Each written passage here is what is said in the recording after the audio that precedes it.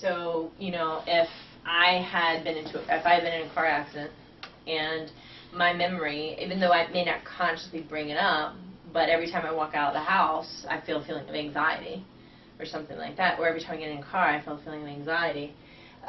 It's the thought process is, oh, this isn't safe, and then the conscious mind tells the subconscious mind, not safe.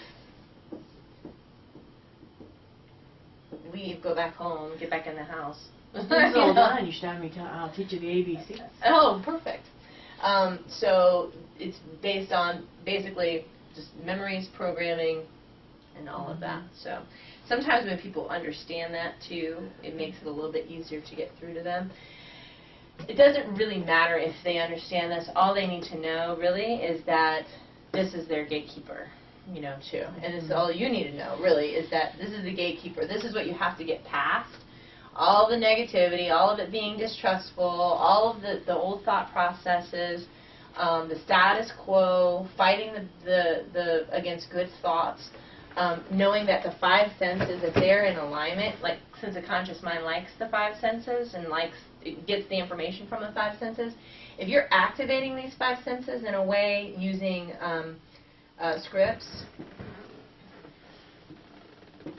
then what will happen is that all of these senses are activated. It's like, oh, you're at the beach and you can feel the sand and you can hear the waves and you can almost taste that margarita and whatever it might be.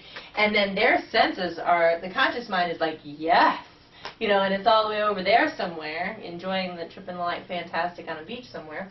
And then the subconscious mind is like, what am I doing? Oh, so I'm supposed to be, whatever, making better food choices, or I'm not smoking, I'm a non-smoker, or whatever. But there's still an element of the conscious mind involved in that, because absolutely, the conscious mind never goes away. It just becomes an observer. Absolutely. Of those things. Absolutely. So the observer though can also say, if we say something that is like, you'll never smoke again, and the conscious mind goes, wait a minute, I heard that. I'm paying attention. Then that guardian will just step up and take over, and you don't want that to happen. So that's what I do when I work with people. I find a middle ground that, because I'm talking to their conscious mind about making that agreement, then their conscious mind goes, okay, well, I already agreed to that suggestion. So then it can just kind of relax and sit back. Otherwise, we're not activating. I'll show you how that plays into all of this, too. Okay, good.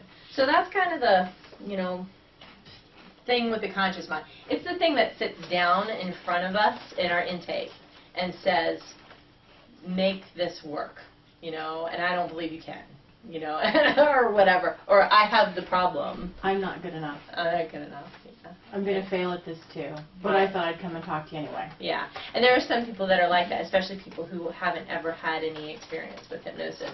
So if you address the fears that they have first, that's why we do that first part there, saying, okay, well, what are they afraid of? What do they really have a problem with when it comes to hypnosis? Let's see if we can open that door up a little bit wider so we can get some air and light in.